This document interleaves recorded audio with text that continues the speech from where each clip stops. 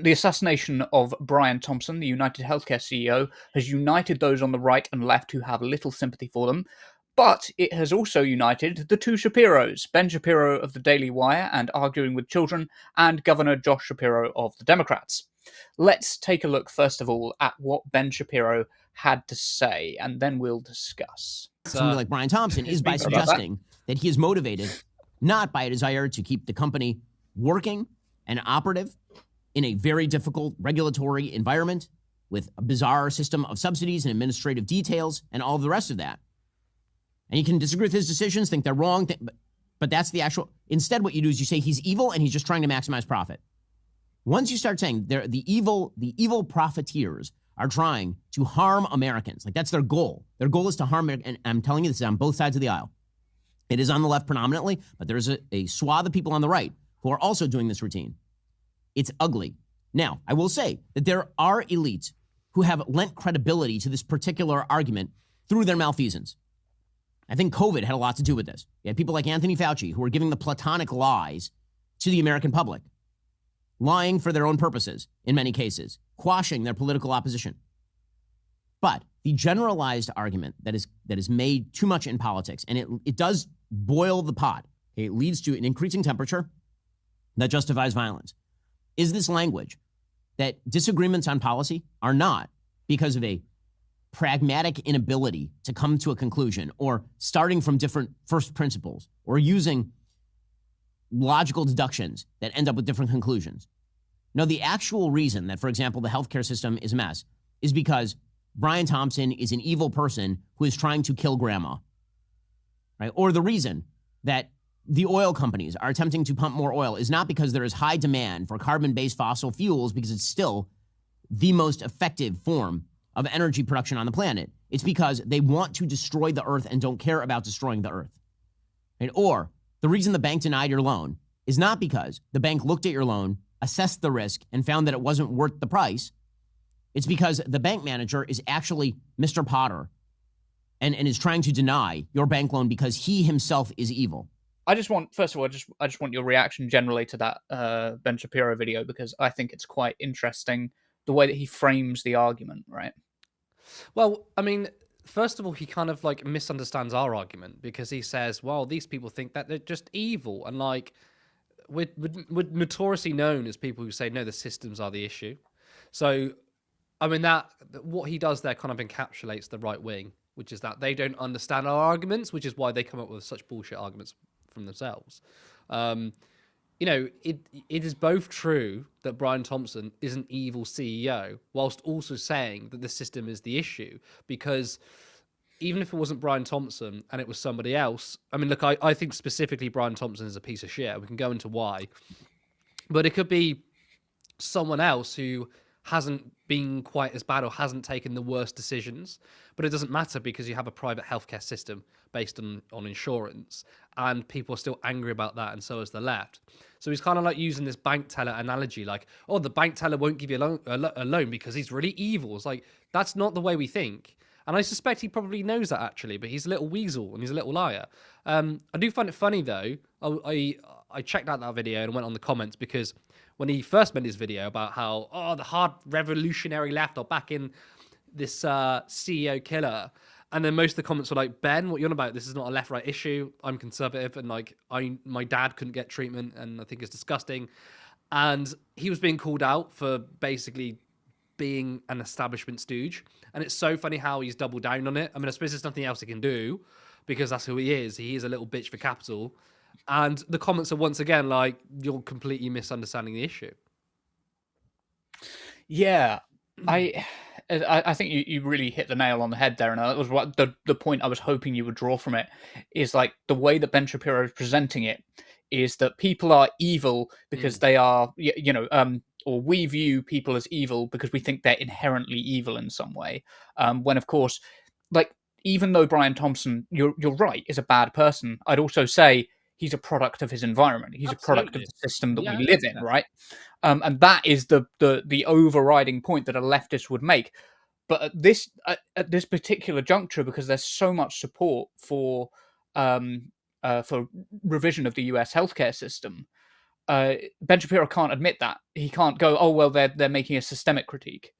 It has to go straight for, oh well, they think he's the devil reincarnate and not somebody who's making rational decisions That is based on exactly logic. what the right wing do. Yeah, They literally. do that. I mean, think about like not just the last like few years, but if you ever check out Fox News and you check out the Republican Party, that has been the entire rhetoric. But if you want to look more recently, you can look on some of Trump's rallies, and some of the people on there are saying Kamala Harris is like the devil, like the literal devil, and they're Mm. evil. That's the way they speak. Now, I can say I think Harris is evil for being complicit in the genocide, but that's not because she was born evil and she's kind of demon. I mean, as a human being, I'm sure if we met her in person, she'd be a perfectly pleasant person, but that doesn't really matter.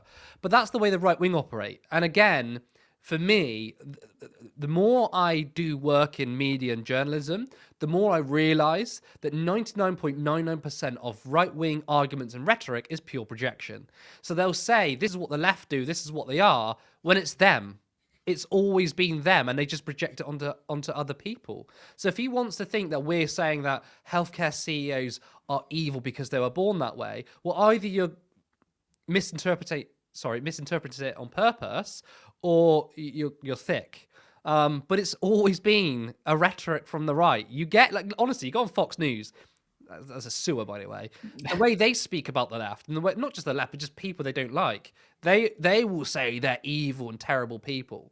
So it's just pure projection. It's also, I think, how they justify lying themselves, right? I can lie. It's okay because these guys are lying. I can think of these people as the devil, but it's okay because they think of me as the devil. Like I can represent them this way because that's how they represent us. And it's not, yeah, it's not actually true. The way that they frame it, because they assume that everybody thinks the way that they do. They assume it's team sports. They assume it's team sports and vibes. And the fact is, Mm. I think the reason that um, education is such a liberalizing or a force that drives people to the left rather than the liberal side, but liberalizing when conservatives do it, is because it breaks that image that they have that it's all down to just like team sports and vibes. And politics is just, well, I have these sets of beliefs. There's not much more to it, and there's a side that was actually right. Like the significant thing about Galileo is that he was right. He was correct about what he was saying, right? Otherwise, nobody would remember him, and that's the significant thing about like figures like Karl Marx or Clement Attlee is the thing that backs them up is the evidence that followed just proves them right. Mm. Yeah, Well, I just wanted and to. that's what's so ironic. Sure. And in that clip there, and obviously in a few of his other clips, he's got his laptop and he's got the sticker, facts don't care about your feelings. And that's a famous line from him. It's the one he's pushed forward. But him and all his other right-wing mates have always been emotional. They've never cared about facts. The right have always, I mean, they're anti-science for one. How much rhetoric has come from the right wing about like COVID and stuff and so many other things and climate change, but the right never care about facts. So once again, it's like pure gaslighting. And I know that term is so annoying because people overuse it, but it's so appropriate to use against the right wing. That's all they Yeah, do. yeah, 100%, 100%. Did we mark a couple of comments? I've only marked one Let's so see. far, but if you've done a few, we'll Oh do no, another. no, I just wanted to draw attention because while we were setting up, see if I can find the comment now. Uh-huh. Well, it's not a comment, sorry. Jessica Milestone joined as a Ah, member. yes, Um, welcome. and yep, I think I can. Wait, will that? I don't know what I'm doing with this software. Hang on a second. There we go. That's done it. Yeah, Jessica Milestone became a member. So thank you. You can become a member. Please do become a member. It really helps the channel out, and we really appreciate it. On another note, you did mark a comment. Where was it? I'm rubbish. I'm getting used to this new software. Sorry about this, guys. You got it? Um, I have. Ooh, let me filter it. oh no, I think one of us hit the wrong. There we go. That's the one. There we go. Does Ben Shapiro have a drop-down menu so we can change his voice to something less robotically annoying? It's a good question. It's a good I question. We've guess been I wondering guess it I for a feel a while. bit bad relaying Ben Shapiro clips because people in our audience have to watch it or listen to it. But he Yeah, has that's the downside. such a great in voice, and that's, do you know what as well? Mm. Like his argument tactic is to speak really, really fast, and that's worked for so many people. I suspect there are so many people who go, yeah, Ben Shapiro, God, he's so smart. They actually don't understand what he's saying. It's just Yeah. because he speaks so fast, it's verbal diarrhea, so it looks like he wins the debate. But break down what he actually says, and it's nonsensical like every other the right winger.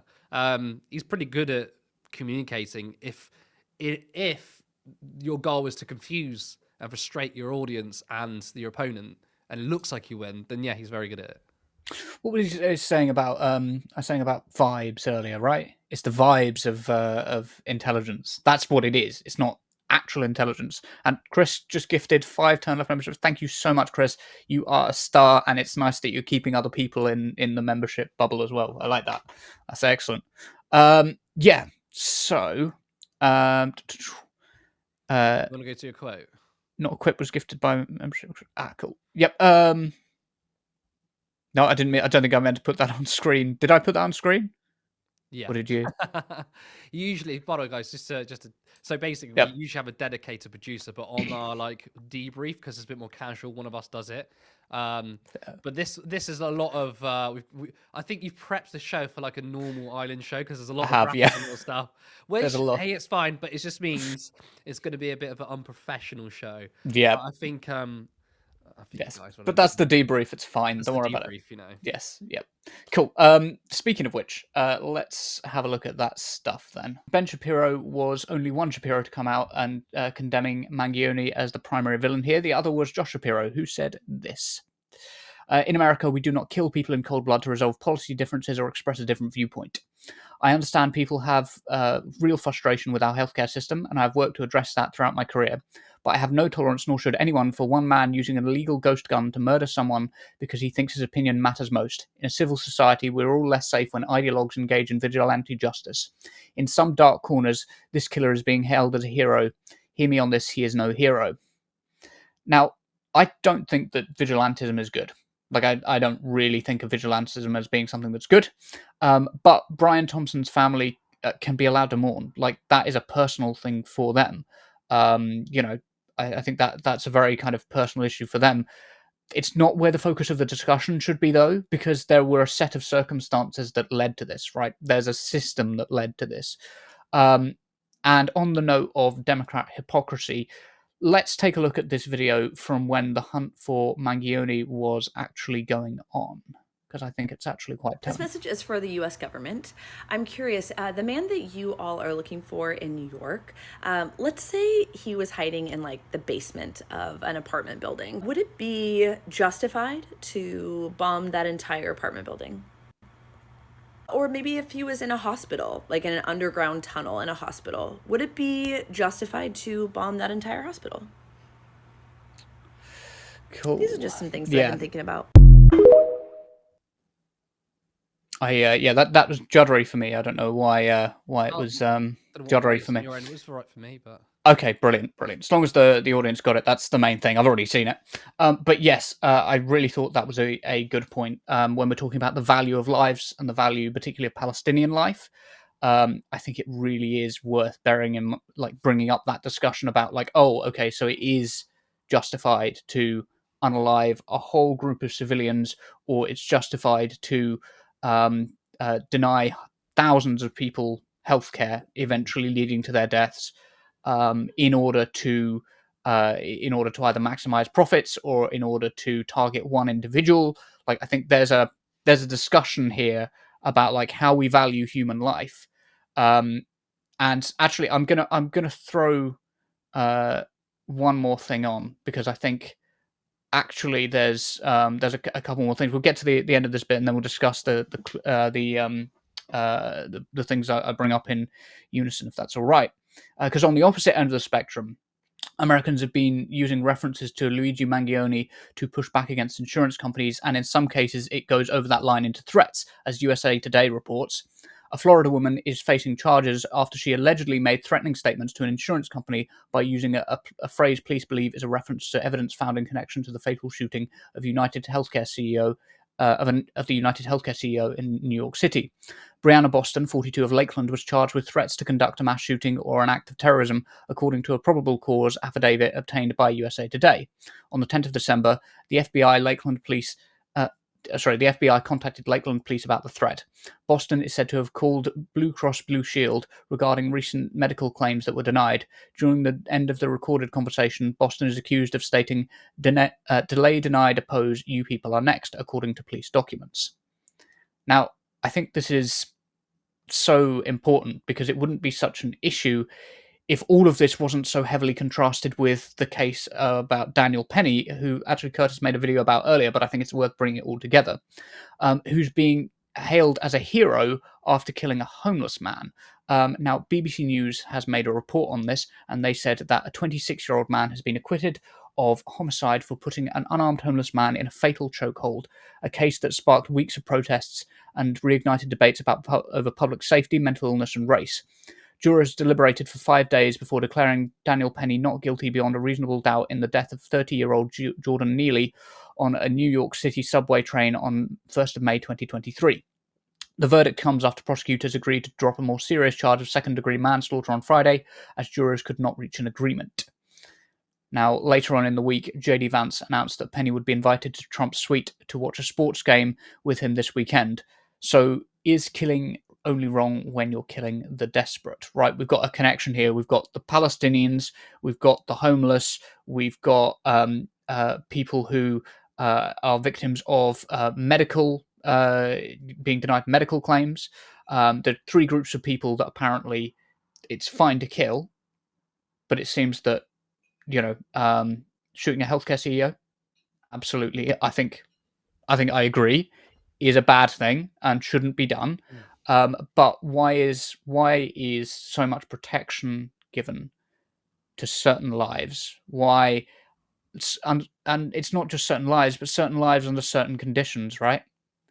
That the things have to line up. It has to be certain lives. Only certain lives are valued, and only under certain conditions. But there's kind of a lot that we can kind of go off of here, Curtis. I don't know what you want to.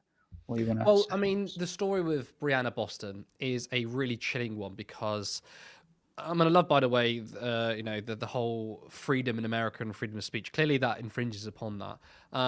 The fact that she was arrested is insane to me because she didn't make a threat. Let's be real here. What actually happened? She was on the phone to a health insurer, and clearly they were not covering her, or something happened, and she was angry.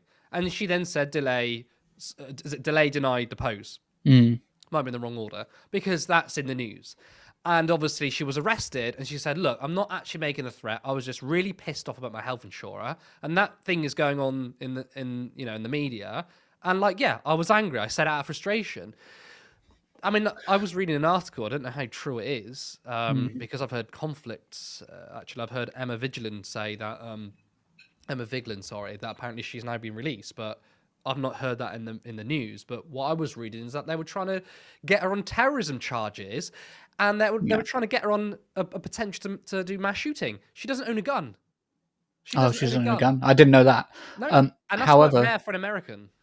Yeah, true. However, I do think that there is something that could be a threat in there, and that's when she said she not only said the phrase, but she went on to say, "You guys are next," which I think that possibly crosses the line into. Okay, so even with that, I would say, I mean, look, if we were going to start arresting people on vague threats like that, I mean, the police would be tied up.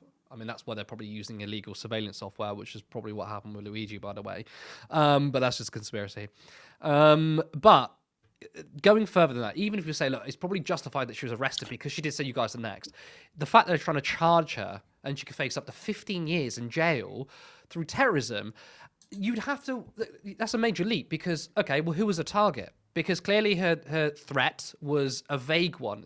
She said, you're next. So unless you can find plans in her house where she was going to go for a specific CEO or a specific company at this time or whatever, then how can you say that's a threat? And again, she doesn't own a gun. So to try and charge her with that, with under the Terrorism Act, what do they call it under their name, and say that she was going to do a mass shooting is insane. The reason why they've done this, I mean, you might say that arrest is different, but the fact they want to charge all this is very, very simple. It is to send a message.